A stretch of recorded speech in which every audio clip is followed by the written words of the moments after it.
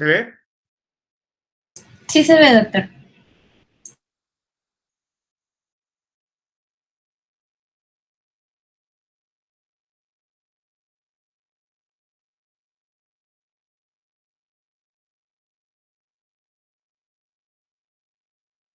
Ok.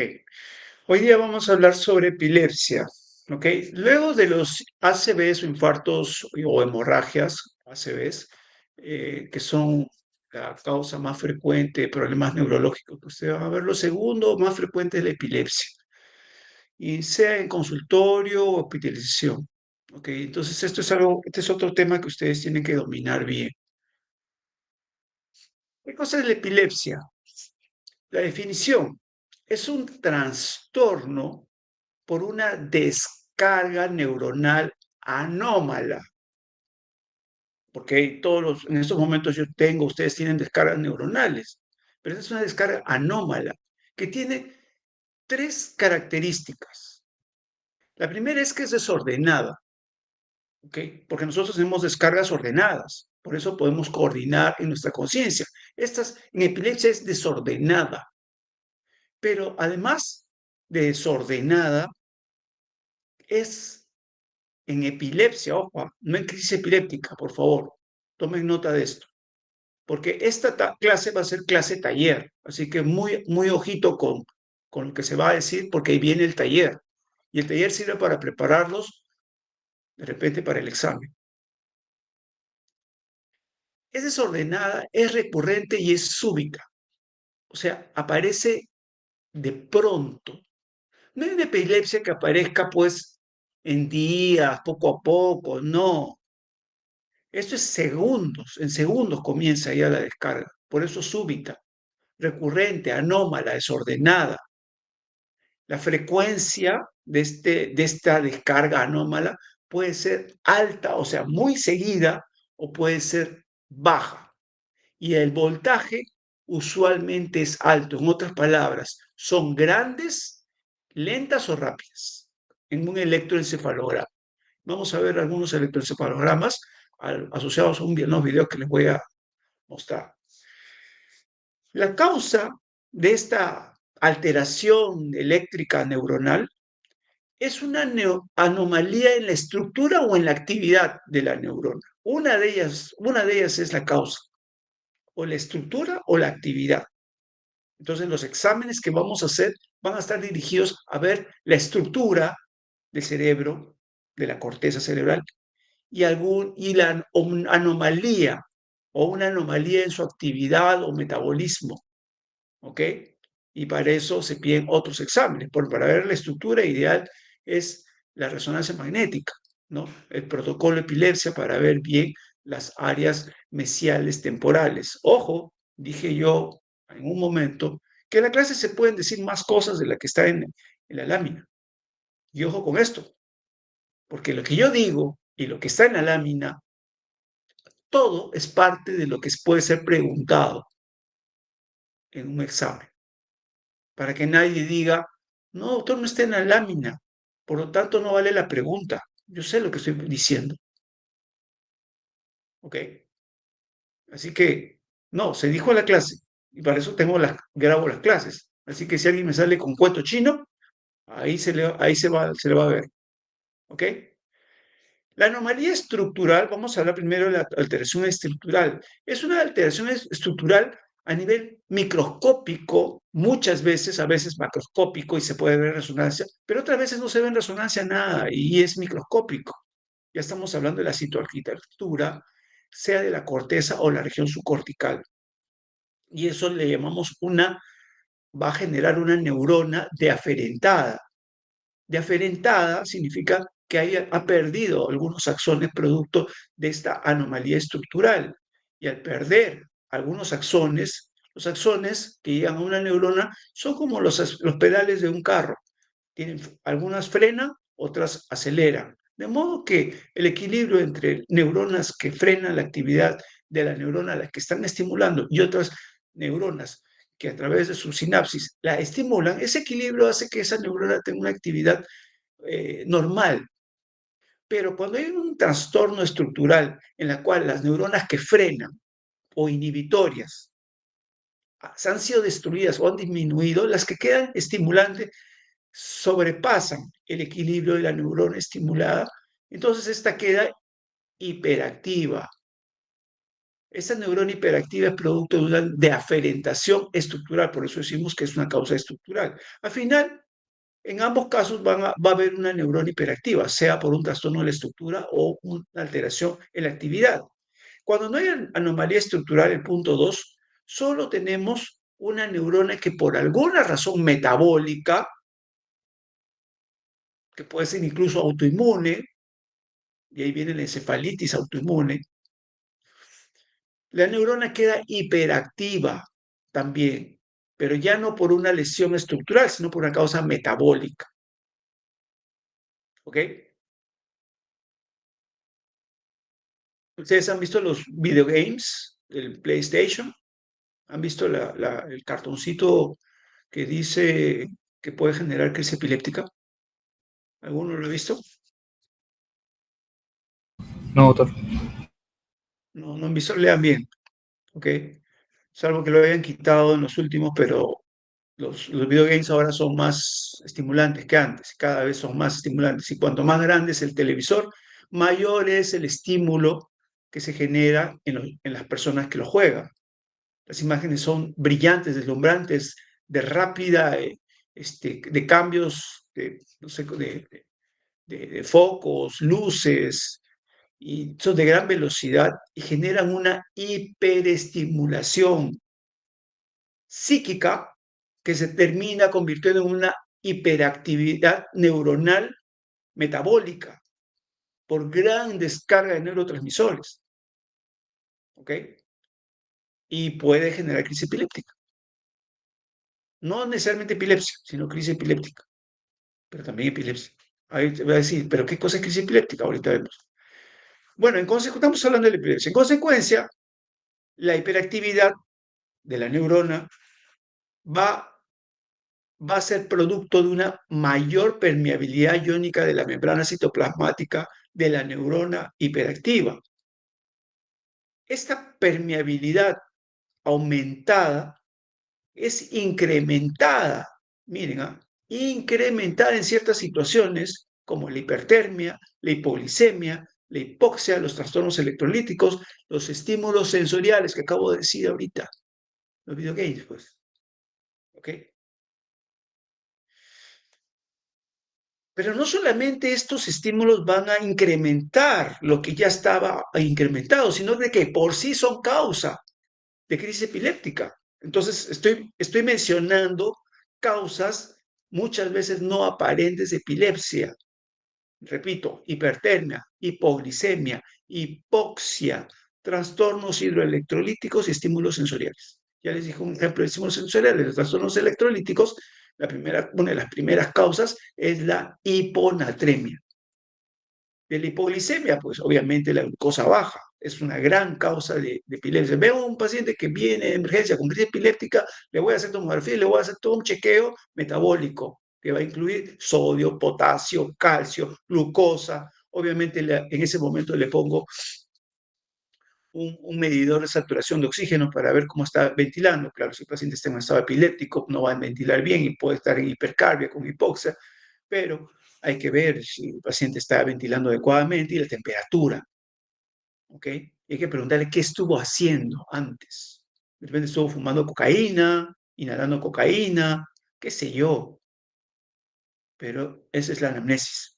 Pero ya están, saben ustedes, ya están enterándose qué se hace en emergencia, aparte de hacer una tomografía, obviamente. Entonces estoy evaluando causas metabólicas y causas estructurales y causas no estructurales.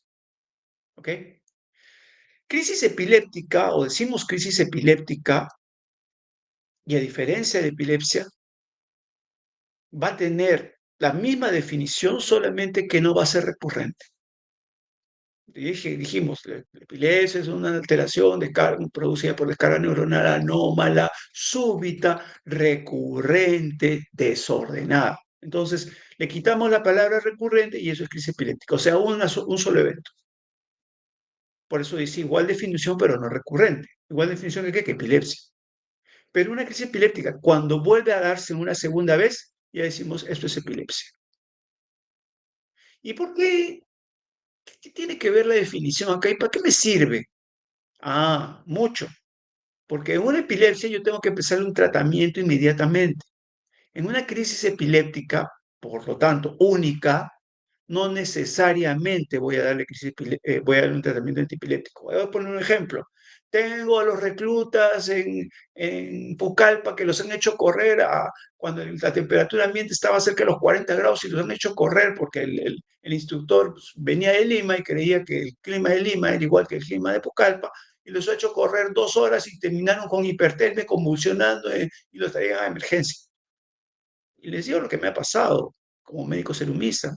Me los traían corriendo, obviamente convulsionando. Yo le preguntaba, ¿qué han estado haciendo? Venían con su short, todo sudado. Han estado corriendo. Listo, hipertermia. Hielo por todo sitio. Agua helada a la vena.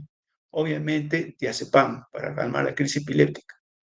Y le jalaba las orejas al técnico y le decía, vuelves a hacer esto y ya sabes lo que te va a pasar. Y obviamente le decía a su superior para que no sigan haciendo tonterías. Ellos no sabían. Le digo, el clima no es igual, acá la temperatura es diferente.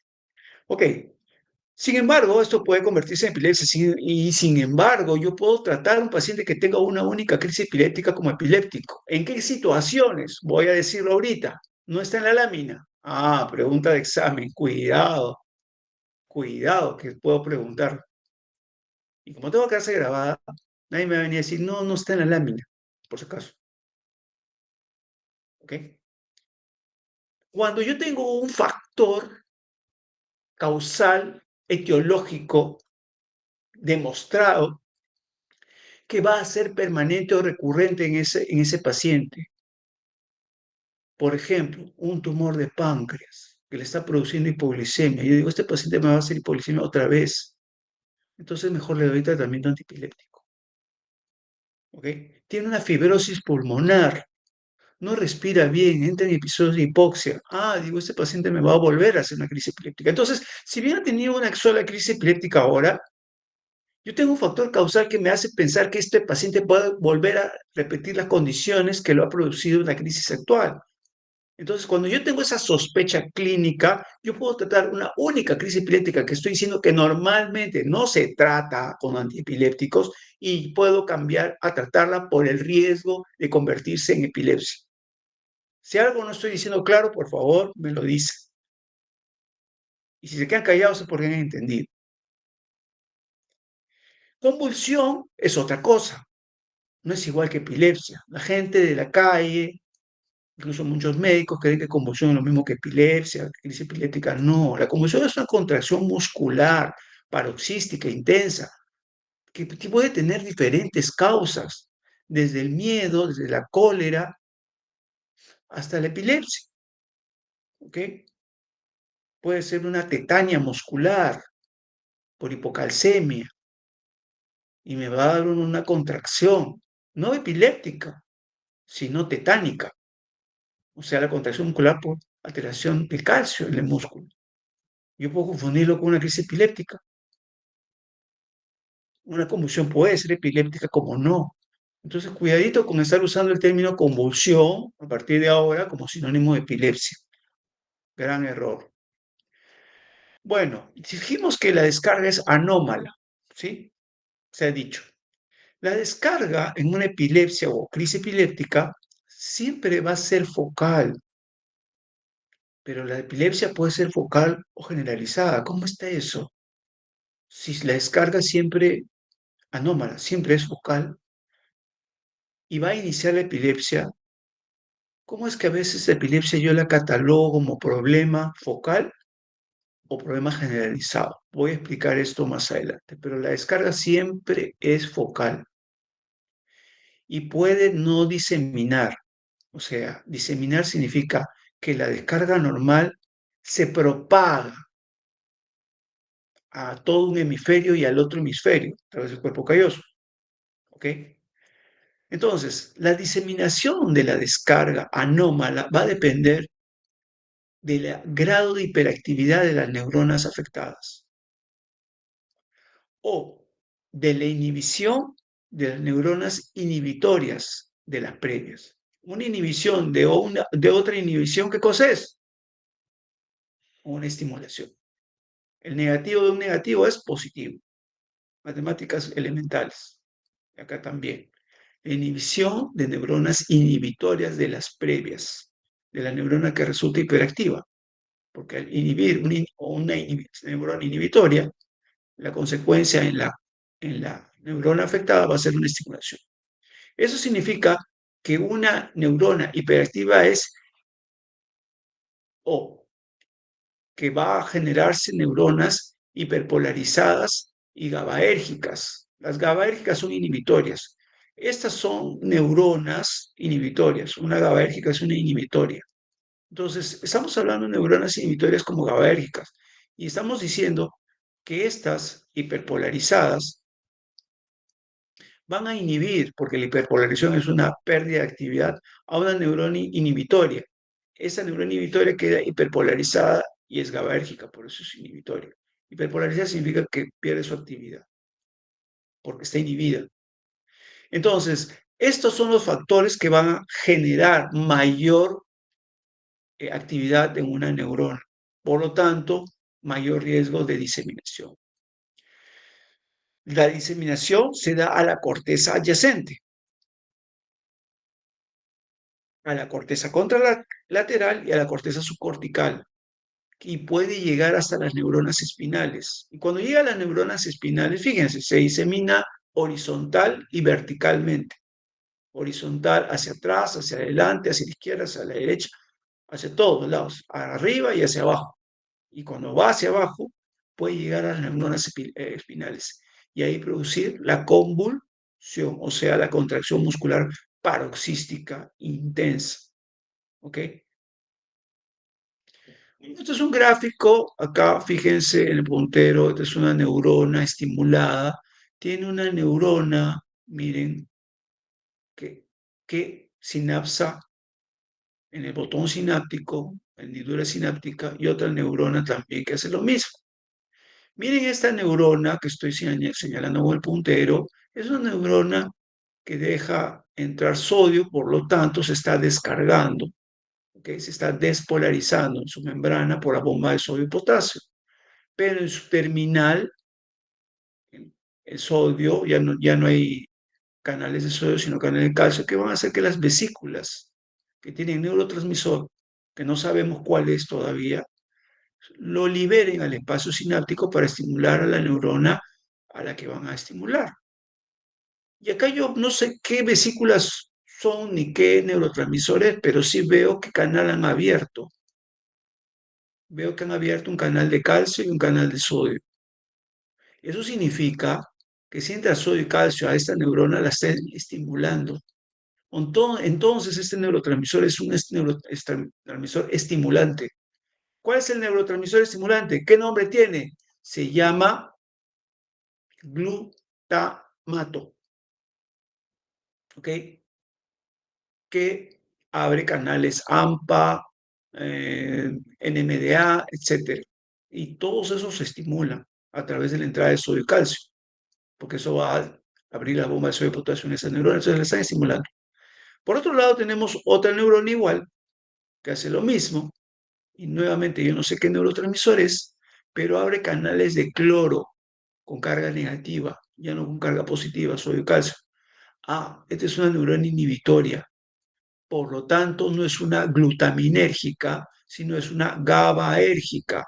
Entonces, esto tiene que ser GABA, pues, que es el neurotransmisor inhibitorio en el sistema nervioso central.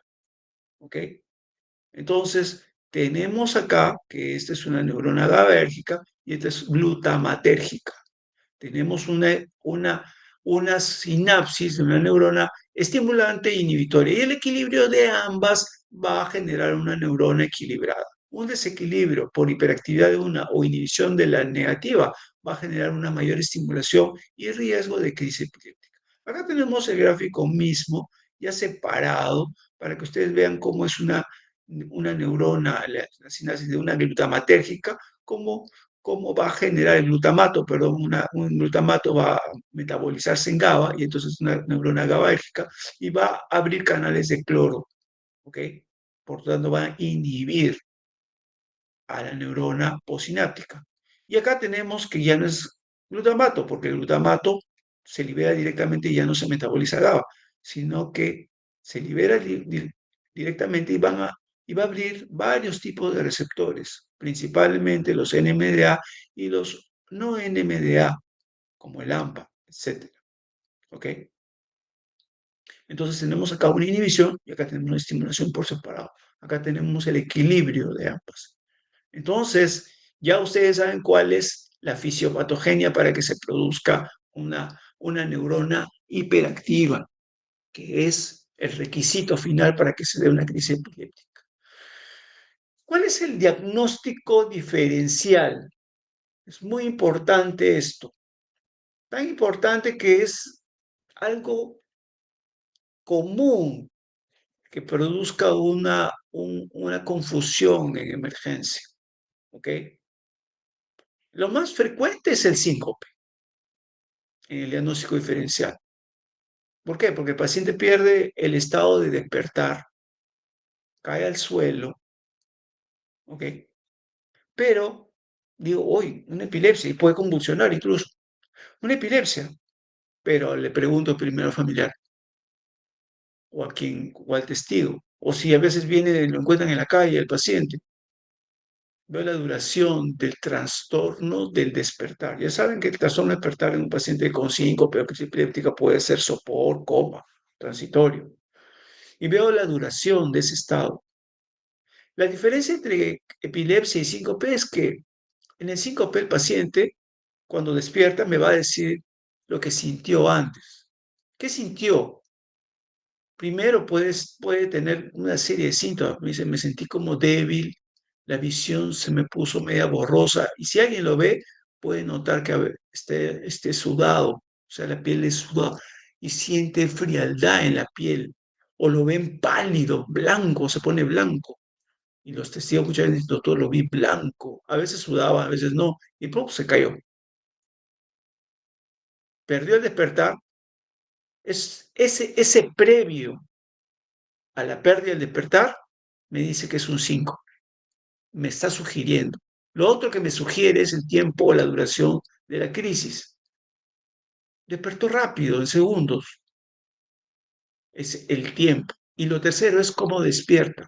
Son tres momentos que yo tengo que evaluar para poder diferenciar epilepsia de síncope, que es lo más frecuente. ¿Ok? Y pérdida del despertar y corta duración. Pero ¿cómo se recupera en la tercera fase? Le digo, ¿y cómo se recuperó? Ah, abrió los ojos y dijo, ¿qué pasó? ¿Dónde estoy? ¿Qué sucedió? ¿Habló bien? ¿Miraba bien? Ya ustedes saben de la clase anterior que yo pregunto por la mirada para buscar si estaba confuso. Sí, habló bien, de pronto comenzó a hablar, pero no recordaba lo que había pasado. ¿Ok? Habló normal, miraba normal, por lo tanto no estaba confuso. Entonces es una recuperación sin confusión. ¿Tuvo algún otro síntoma? Por una crisis epiléptica, el paciente despierta cuando es generalizada, como este caso que estoy poniendo de ejemplo, y que se confunde mucho con síncope. El paciente se despierta atontado, pregunta, mira todo, la mirada está media ida y demora varios minutos hasta recuperarse. Y después de eso, muchas veces se siente cansado y quiere dormir. Acá no hay nada de eso. Entonces hay tres momentos. Y de esos tres momentos, el más importante es el final, cómo se recupera. Si ustedes no tienen claro esto, no van a hacer una pregunta del examen. En ambos puede existir movimientos clónicos o tónicos, convulsivos, o sea, en ambos puede existir convulsión tónico-clónica, pero convulsión tónico-clónica no significa epilepsia, por el caso, como muchos creen.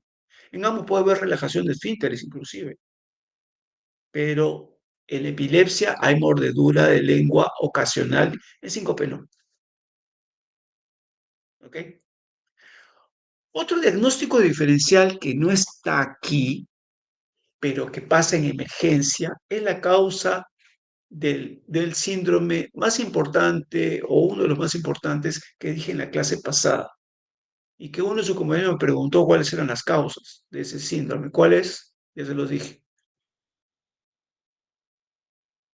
¿Cuál El es? síndrome de déficit focal neurológico. Déficit neurológico o déficit focal agudo. Agudo, te faltó la palabra agudo. Sí, Está doctor. bien. Dentro de esas causas dice ACV y epilepsia.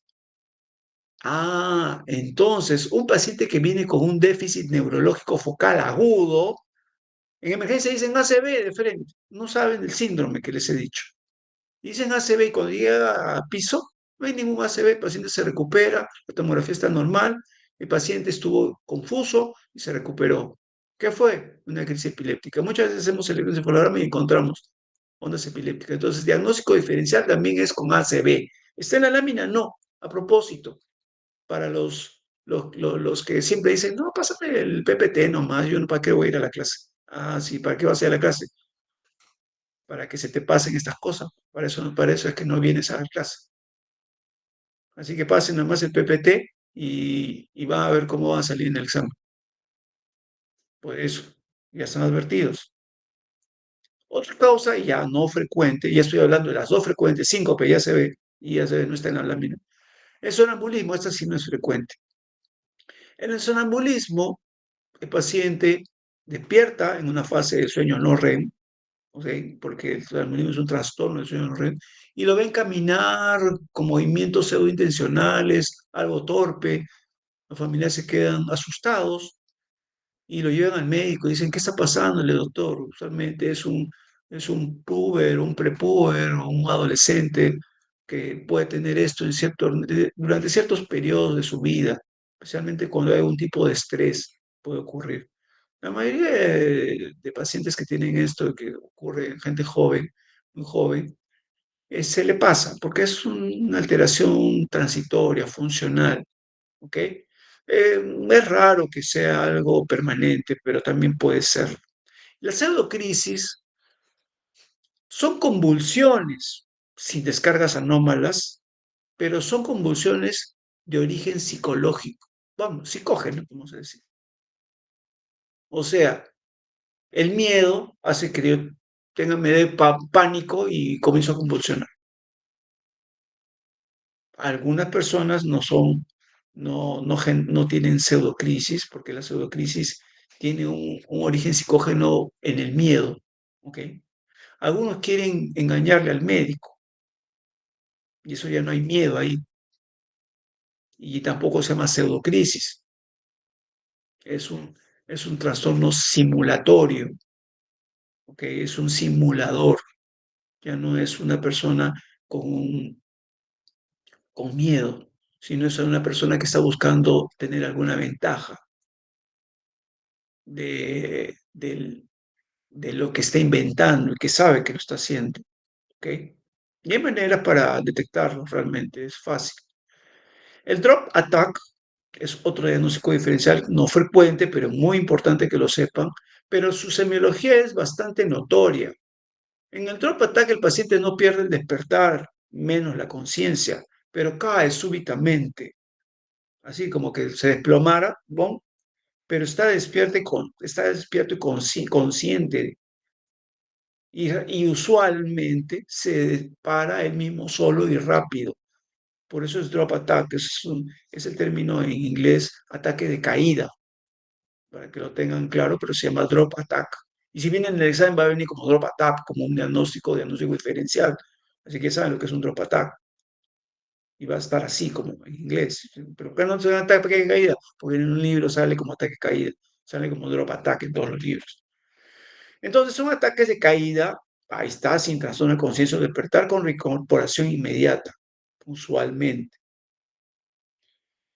¿Y por qué se producen estos ataques de caída? Porque en el tronco cerebral o a nivel de la médula cervical alta, se produce una alteración de la estructura o de la actividad de las neuronas de esa zona que hacen que se pierda el tono muscular. ¿Ok? o el equilibrio y el paciente tiene un ataque de caída. Por eso las causas son los trastornos vestibulares, o sea, en el cerebelo o en el bulbo raquídeo, donde están los núcleos vestibulares, trastornos sensitivos sensoriales, tanto en los vehiculados por las neuronas del asta posterior de la médula espinal a nivel cervical, para que se pierda el tono tanto de los miembros inferiores, a veces miembros superiores, cuatro extremidades, o de las neuronas motoras, por ejemplo, un tumor cervical, en la columna cervical, que se hincha por momentos, aplasta la médula y produce una alteración funcional del cuerno posteriores o anteriores y el paciente pierde el tono muscular. El tono muscular es producto de una integración sensitiva y aferente y eferente. Y ese circuito es bloqueado por en este caso, un tumor o una alteración vascular, es decir, baja la presión de perfusión, la presión arterial, porque tomó un medicamento, porque el corazón está mal, porque las arterias están obstruidas, a punto de infartarse, y también hay una insuficiencia vascular vertebral basilar, lo cual va a disminuir el flujo sanguíneo en la médula cervical o en el tronco cerebral. Entonces tengo que saber que hay causas nuevamente estructurales y metabólicas, funcionales, causas funcionales, trastornos vestibulares, también pueden ser estructurales. La insuficiencia vascular, usualmente es un trastorno estructural, pero puede ser funcional, porque puede ser simplemente que el corazón no esté, no esté generando una presión arterial normal. Esta es la clasificación internacional antigua de 1981 de las crisis epilépticas, CSURS, que no se usa actualmente porque la actual es la del 2017, pero para que puedan, como esto está en muchos libros todavía, que pueden ser parte de la revisión de ustedes, ¿no? Para que puedan compararlo. Antes se clasificaban las crisis epilépticas como parciales, y de las parciales ahora se llaman focales, se ha cambiado ese término, aquellas que se originaban en un lugar, o sea, focalmente, siempre se van a originar en un lugar realmente, ¿no? Pero ese era el concepto y lo han cambiado por focal para ser más claros. Antes podían ser simples o complejas. Simples si no había un trastorno de la conciencia y complejas tenían un trastorno de la conciencia. O eran parciales o eran generalizadas. Generalizadas ha definido como que aparentemente se iniciaba en toda la corteza cerebral o en amplias áreas del cerebro. Para ser generalizada tienen que estar comprometidos los dos hemisferios, por si acaso, no un solo hemisferio. ¿Ok? Y dice aparentemente por qué. Porque las epilepsias, como se dijo al inicio, focal, el inicio es focal, pero la generalizada se diferencia, tiene un inicio focal también, pero ¿por qué dicen focal y generalizada y por qué dicen que se originó focalmente? Porque la velocidad con la que se disemina en las crisis generalizadas es rápida. En las focales no, o es muy lenta y se hace secundariamente generalizada después de un tiempito y se puede apreciar, o se queda como focal. Pero en generalizada va a iniciarse en una área focal y rápidamente se va a diseminar.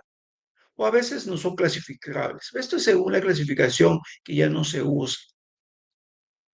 Esta es la clasificación de la ILAE, la Liga Internacional contra la Epilepsia, del 2017, es la última y la actual. Es más, aparentemente más simple realmente. Entonces acá, y nos vamos a basar en esta clasificación, o sea, esta lámina quiero que la tengan en mente para hacer el taller que vamos a hacer inmediatamente. Es un taller práctico para que puedan, les pueda ir bien en el examen, porque si no, van a salir por los pies. ¿Ok? Miren, el inicio, tienen que ustedes clasificar cómo es el inicio y qué síntomas lo acompañan. Eso tienen que tener ustedes en la cabeza.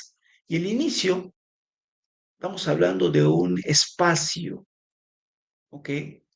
Básicamente estoy pensando en un lugar del cerebro. ¿Por qué? Lo voy a decir después por qué. El inicio o es focal, antes se llamaba parcial, ahora sí es focal, o el inicio puede ser generalizado, esto no ha cambiado, sigue manteniéndose. Y el concepto es el mismo, o se mantiene en un área focal y disemina, luego, un poco después, al otro lado, y se dice focal a bilateral, así se dice ahora, ya no secundariamente generalizado como se decía acá, ya no, se dice focal a bilateral, es, eh, es el chistecito, pues, que de poner nombres a veces para generar novedad y tener, pues, ¿no? Pero la verdad es que no hay mucha diferencia entre ambas. Pero este inicio focal tiene que tener, tengo que darme cuenta qué acompañantes tiene. Y los acompañantes que voy a buscar están en la corteza, en el tronco cerebral y en la región subcortical. Miren, estoy hablando pura estructura neuronal. Entonces, los acompañantes son aware. Aware. ¿Qué cosa es el aware? ¿Qué es el aware? Aware. ¿Alguien sabe inglés? Yo le estoy poniendo la clasificación con los nombres en inglés, tal cual está publicado. Es estar Es darme cuenta. consciente. ¿Perdón? Estar No, consciente. no, no, no, eso no es. Consciousness es consciente. Aware, mira por favor en Google todas las acepciones. A ver, léelas. ¿Tienes ahí tu Google a la mano o no? A ver que alguien vea todas las Estar acepciones de aware. informado. Darse cuenta, ¿sí? Sí, doctor. Ya. ¿Qué dije en la clase pasada de la definición de conciencia sobre Planck y Posner? ¿Quién me dice? Ya lo dije ya, así que lo deberían saber o por lo menos abran su PPT sobre lo que la definición de conciencia que dije. Era estar consciente de sí mismo y del entorno. No, eso es darse cuenta de sí, del entorno. Esa es la clasificación de Planck y Posner. Yo no dije eso. Dije que eso lo hacía un león también. Y si te metías a la jaula de un león, se iba a dar cuenta de que estás ahí adentro. Y si crees que no se va a dar cuenta, métete a ver cómo terminas. Es lo que dije. Vas a terminar su estómago. El león también se da cuenta. Consciousness es otra cosa. Entonces, aware no es estar consciente de sí, ¿no? Aware simplemente es darse cuenta. Están usando los errores de Posner en esta clasificación, porque quien lo ha hecho no sabe los detalles de la conciencia, que se los he explicado a ustedes en la clase pasada. Y he dicho justamente que la definición de Planck y Posner, o de Posner, que es darse cuenta como conciencia, no lo es. Yo dije en la clase pasada que conciencia es información social almacenada en el neocórtex. Prácticamente el resto de la clase he hablado sobre conciencia y cómo funciona esta global y focalmente. Eso es lo que he hecho en las 3 horas casi de la clase. Me le he pasado haciendo eso. Para terminar diciéndoles que estos señores se han equivocado, pues, porque creen que aware es sinónimo de conscious y no es igual que conciencia.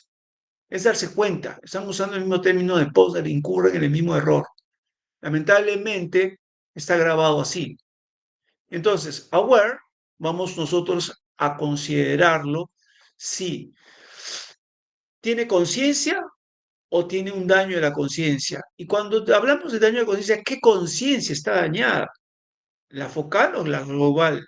Obviamente, estas personas no tienen idea y debieron haber asistido a la clase que di el domingo con ustedes para que no hubiesen puesto estas cosas tan eh, poco específicas que denota que no saben de lo que están hablando.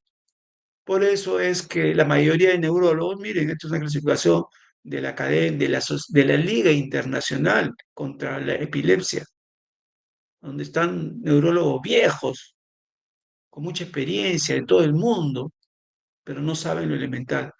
Por eso para hablar de neurología uno tiene que saber lo básico, y lo básico se los he dicho en la clase pasada.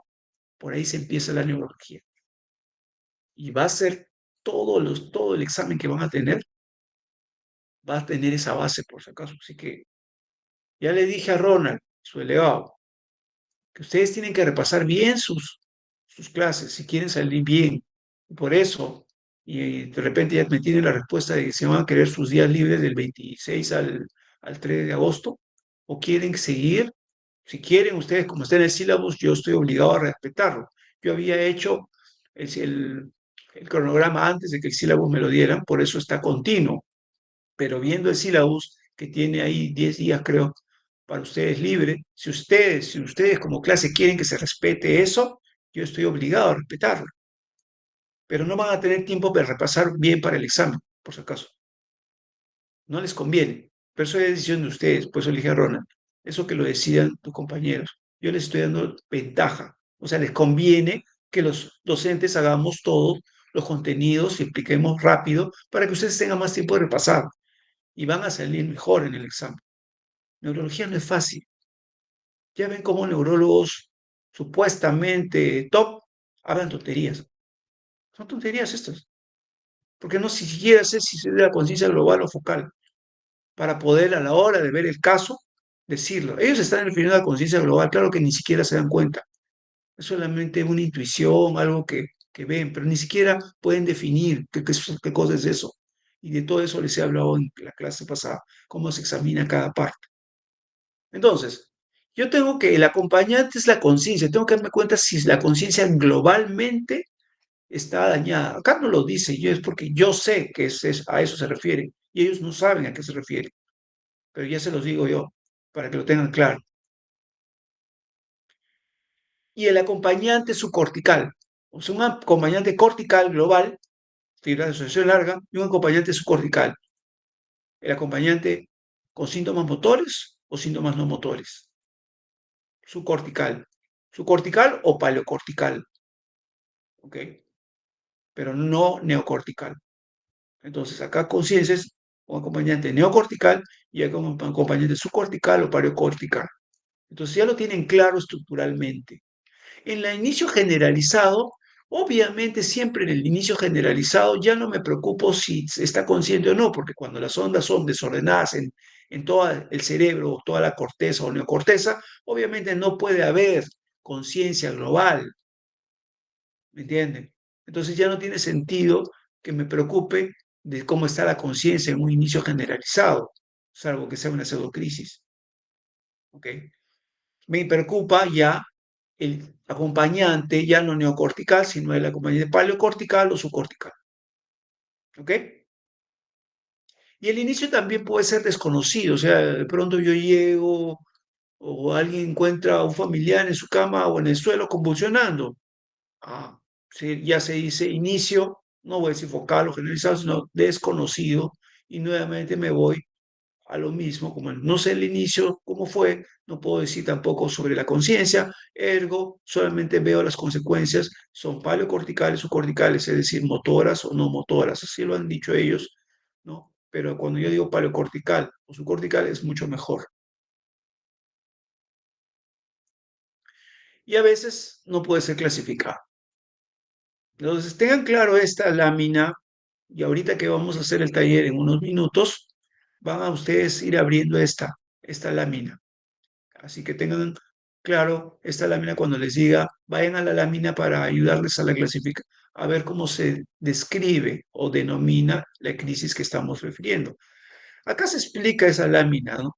El inicio focal, ¿por qué se basa en la estructura o en el espacio neuronal del cerebro? Porque la primera pregunta que tenemos que hacernos para buscar la causa es ¿dónde se inicia? ¿Este dónde es un lugar? Es la primera pregunta para buscar la causa. Yo quiero saber la causa de este problema. Entonces, la primera pregunta que me tengo que hacer es ¿dónde se inicia? Por eso es, oye, ¿el inicio focal o generalizado? ¿Ok? Entonces, focal significa que es una red local o, o amplia, pero siempre en un mismo hemisferio. Bilateral es cuando, después de un tiempo, esa focalidad se traslada al otro lado, al otro hemisferio. Y generalizada es cuando el tiempo para que se traslade es tan corto que inicia como si se diera en ambos hemisferios. Dice, generalizado, inicio focal, pero que rápidamente se disemina al otro hemisferio. Entonces, focal se mantiene como focal, focal a bilateral o generalizado. Eso es lo que está acá, acá y acá. ¿Ok? Segundo, los acompañantes. Dije, el acompañante neocortical, la conciencia, awareness no es conciencia. Awareness o aware es darse cuenta, pero consciente es consciousness. Inconsciente, ¿a qué se refiere inconsciente? Que perdió la conciencia. ¿Qué conciencia? ¿La focal o global? Yo puedo perder la conciencia focalmente. Tengo una fase, tengo un trastorno focal de la conciencia. ¿Ven cómo no saben de lo que están hablando estos señores? Pero yo se los voy a explicar, no se preocupen. Yo puedo tener un trastorno focal de la conciencia a nivel del pensamiento, de la imaginación, de la percepción o la actuación psíquica. Como hablé en la clase pasada, el examen de la actividad focal o análisis de la conciencia, que es lo segundo que se tenía que hacer después de hacer un análisis o una síntesis de la conciencia, una evaluación sintética de la conciencia o la evaluación analítica o focal de la conciencia. Cuando se habla de inconsciente de esta manera, me refiero a la actividad global. Y hablé en la clase pasada de los síndromes de alteración global de la conciencia. ¿Quién me los dice?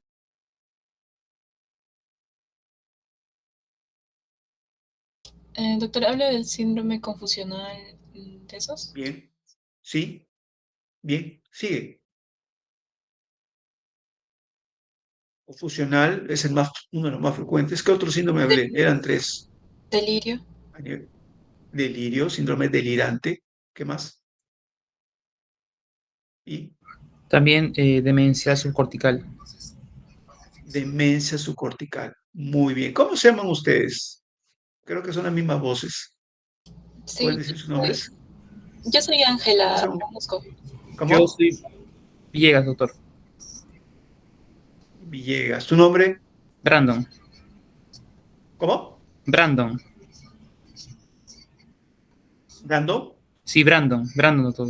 Ah, Brandon, ya, sí me acuerdo. Ya, y de la dama. Yo soy Ángela Remusgo, doctor. Ah, Ángela. Siempre, Ángela. Estás teniendo cada vez mejor concepto, Ángela. Cada vez más. Qué bueno, me alegro. Bueno, y si es generalizado, se asume, como dije hace un momento, que está inconsciente. ¿Ok? Se asume. Y la normalidad paleocortical o subcortical. Acá dice hay anormalidad motora, es lo que quieren decir motor o no motor, pero eso es muy grueso. Bueno, así está hecho, entonces tengo que tratar de explicar lo que han hecho pues, estos señores, ¿no? Hay anormalidad motora, es lo que quieren decir, pero eso no es lo correcto, pues, ¿no? Bueno, ya, ¿qué hacemos? Determinar si un síntoma acompañante, ojo, ¿no? Es un trastorno motor, o sea, un movimiento anómalo, y vamos a ver qué tipo de movimientos hay. Acá hay como ejemplo nomás el tónico clónico, como los más sobresalientes, pero no son los únicos, hay muchos. Y no hay que considerar el arresto conductual si este es transitorio, o sea, no hay que considerar que hay una alteración motora si es muy corta. Pero vamos a hablar un poquito más extenso de esta parte que acá no sé, en esta lámina no se ve muy bien. Acá está mejor. En la parte focal y de la conciencia es lo mismo. El inicio generalizado, el inicio desconocido, lo mismo. Acá simplemente en esta lámina ya uno se ha explayado en la parte o el acompañante paleocortical o subcortical. En la lámina anterior decía inicio no motor, pero acá ya está especificado. Y es importante que lo sepan, porque en el taller que vamos a hacer van a tener que decir esto. Automatismo, atonía, clonía, espasmo, mioclonía y tonías. Miren, eso lo voy a explicar yo ahorita. ¿Ok? Estas son las formas motoras. Entonces, para que se acuerden, una manera simple que yo me he inventado, ¿no? Es que se acuerden de MATE, mioclónicos, automatismos, atónicos, tónicos y espasmos. MATEC, MATEC y la C de clonía. ¿Ok? MATEC. Es como un acróstico. ¿No? Es un acróstico, es solamente las iniciales, pero como siglas para que se acuerden de todos estos MATEC. ¿Ok? El inicio no motor es el arresto conductual. ¿Qué cosa es el arresto conductual? O sea, es una persona que se queda parada, inmóvil, como que si estuviera con la mirada que puede estar perdida o ser parcialmente consciente, ¿no? Pero que no se, aparentemente no se mueve, se queda estática. Pero el tono muscular está conservado. En estos, el tono muscular está alterado. El autonómico, si de pronto el paciente tiene ataques de hipotonía, de hipotonía, o me refiero al hipotensión, perdón, hipotensión, ¿no? O taquicardias, o taquimnias, o enrojecimientos de la cara, o palidez, ¿no? O incluso piloerección, ¿ok? Los ataques de inicio que le llaman cognitivo, que no es cognitivo, que ya saben que la neocorteza cognitiva es solamente una partecita, un sexto, pero para ellos cognitivo es algo que es, ya se está refiriendo acá a la conciencia focal, a eso le llaman cognitivo, ¿sí? Pero no saben qué cosa es conciencia global o focal, y le hablan cognitivo. Creen que cognitivo es eso, y en la clase pasada ya dije que no es así. Pero esos señores no saben, pues, neurología. ¿Qué hacemos? Emocional, sí es una de las áreas, ¿no? El inicio cognitivo se está refiriendo a toda la conciencia y sensorial se está refiriendo al área perceptiva, ¿ok? En el inicio generalizado también tenemos el MATEC, solamente que lo mioclónico se puede acompañar de tonías y clonías o atonías. O sea, ya hay una mezcla entre ellos, pero el MATEC se mantiene, ¿ok? Voy a explicar un poquito qué es cada una ahorita. El no motor, ya en la generalizada, casi cambia. En las crisis generalizadas que no tienen un componente motor, es decir, que el tono muscular no está afectado, vamos a llamarlos ausencias, ¿sí? Y las ausencias pueden ser típicas, atípicas, mioclónicas o con mioclonía palpebral. En el inicio desconocido, nuevamente aplicamos esta fórmula motora, MATEC, y no motora, las de arresto conductual, las autonómicas.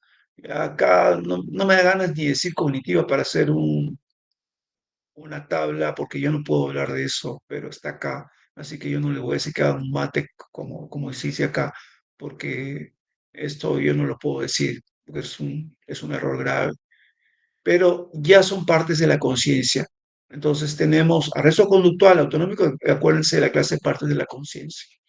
Eso es lo que se están refiriendo. En el inicio desconocido se repite prácticamente esto de acá. ¿Ok? Inclasificable es cuando no se tienen datos para definir nada. Entonces, cuando veamos una crisis, que vamos a verlo ahorita en el taller con videos que les voy a mostrar, casos y casos que se van a ver, ustedes van a tener que definir una crisis epiléptica de inicio, así van a decir, generalizado, desconocido, focal, con o sin trastorno de la conciencia, con o sin componente motor o de frente, atónica, generalizada, inconsciente, mioclónica, atónica o generalizada, con ausencias atípicas, típicas, o focal, consciente, con arresto conductual, o trastorno emocional, o sensitivo, y así. Van a seguir esta secuencia. Por eso, tengan en cuenta esta lámina, y si quieren especificado, esta lámina creo que es la mejor para que la puedan abrir, para ayudarse a denominar el síndrome epiléptico. Es lo que vamos a aprender ahora. Y acá vienen las especificaciones de muchas cosas que se han dicho en la lámina anterior. ¿Qué es automatismos conductuales? ¿Cómo se le llama? Automatismos. O sea, conductas que parecieran conscientes, pero en un individuo que no tiene conciencia y que está generando movimientos, y le llamamos automatismos. En otras palabras, son movimientos en alguien que está inconsciente. O sea, puedo estar como un sonámbulo, más o menos.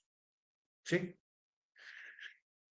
Emociones o apariencia de emociones que hayan en la observación, le decimos, el término va a ser emocional. Y ahí, ¿qué cosas son las emociones? ¿En qué se ven? Le dije en el comportamiento en la clase anterior. ¿Y qué subunidades tienen ellos? Los gestos, los movimientos corporales, etcétera. Ellos no saben explicarlo y ponen emociones o apariencia de emociones, pero dice, ¿qué cosas de emociones? No lo dice, diferente dicen emociones. Entonces en inglés, para que comparen cómo los gringos, bueno, los que hacen esto, no saben bien explicar lo que están haciendo. Y yo tengo que explicarlo, porque ellos no saben. Tónico, decimos tonía, ojo, cuando hay una extensión o flexión en la postura, con el tono aumentado. ¿Ok? Eso es una tonía, pero se mantiene en el tiempo. Autonómica, cuando hay sudoración, piloerección, rubicundez. Una mioclonía es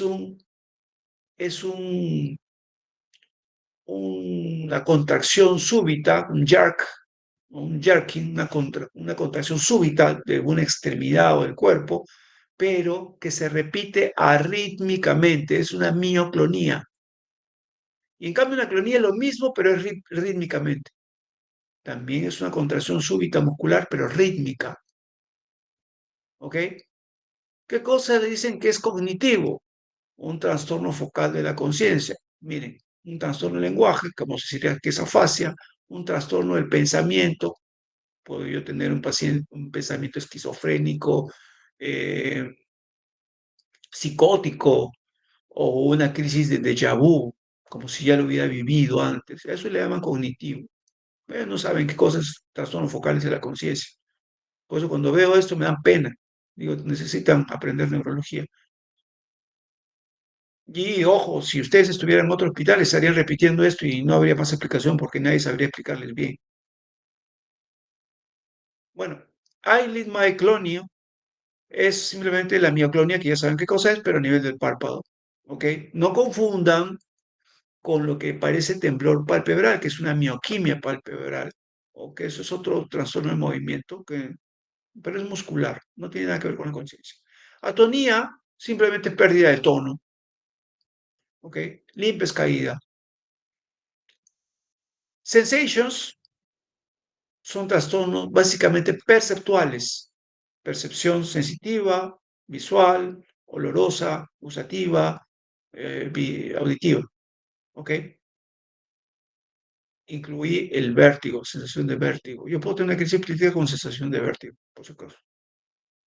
Arresto conductual es una pausa como congelamiento y arresto de la actividad, pero el tono no está alterado, la conciencia está alterada. Hiperkinético, pedaleante o simplemente como buscadora de algo, ¿ok? Pero el paciente está moviéndose mucho. Y espasmo, este es un término que va a ser raro para ustedes, porque yo les dije qué cosa era generalmente un trastorno de espasmo en el examen del tono muscular, pero en epilepsia es flexión de tronco. ¿Por qué? Porque hay crisis espásticas, crisis epilépticas que llamamos con espasmos, en la cual hay una flexión típica del tronco, como las crisis salutatorias o de salam, que es el gesto que hacen los musulmanes a la hora que suena la campana para hacer sus rezos diarios. Se ponen de rodillas en el suelo y flexionan el tronco hacia adelante. ¿Han visto en las películas eso? ¿Sí? Eso es flexión de tronco, eso es un espasmo. Entonces se les llama salutatorias o de salam, justamente, haciendo una alusión al gesto musulmán. ¿Sí? Bueno, por ejemplo, acá tienen una persona en una foto que de pronto se le contrae, hay una flexión de una extremidad sostenida. ¿A qué se refiere eso? ¿Cuál de todas estas va a ser? Va a ser una tonía. Dije que era una postura de extensión o flexión sostenida. Acá está. Flexión sostenida. O una tonía. O tónica. ¿Ok? Acá tenemos otra postura. Miren, las extremidades extendidas. También sostenida. Nuevamente, flexión sostenida, extensión sostenida, tonía. ¿Ok? Para que vean cómo el acompañante paleocortical, y acá tengo que definir qué acompañante hay en la conciencia. ¿Sí? Si está consciente, inconsciente, o tiene una pérdida del despertar. Acá no me dice esto. Un paciente con una crisis generalizada no va a perder la conciencia, va a perder el despertar. Pero acá está. Yo les expliqué claramente, la conciencia está definida o está sostenida por estructuras que se llaman fascículos de expresión larga. Y el despertar está sostenido o definido o la estructura soportado, originado por el sistema reticular activo ascendente, que es una estructura en la evolución pertenece al arquicerebelo. Es una estructura muy antigua que la tienen, que vienen desde los sapos y las ranas, anfibios. Acá está. No está, pues, porque a estos señores les falta saber neurología. Ya, acá viene el videíto y comenzamos a ver los casos. A ver, todos moscas. Quiero ver quién. Observen. Y pongan primero van a ver el video y ahí van a ver la lámina, esta que les he dicho, abran esta que es la mejor lámina. ¿Ya? Primero vean el video y de ahí se orientan. A ver quién, un papelito, lápiz y papel, se nos han acostumbrados, a ver quién lo hace mejor de todos ustedes. Ahí va.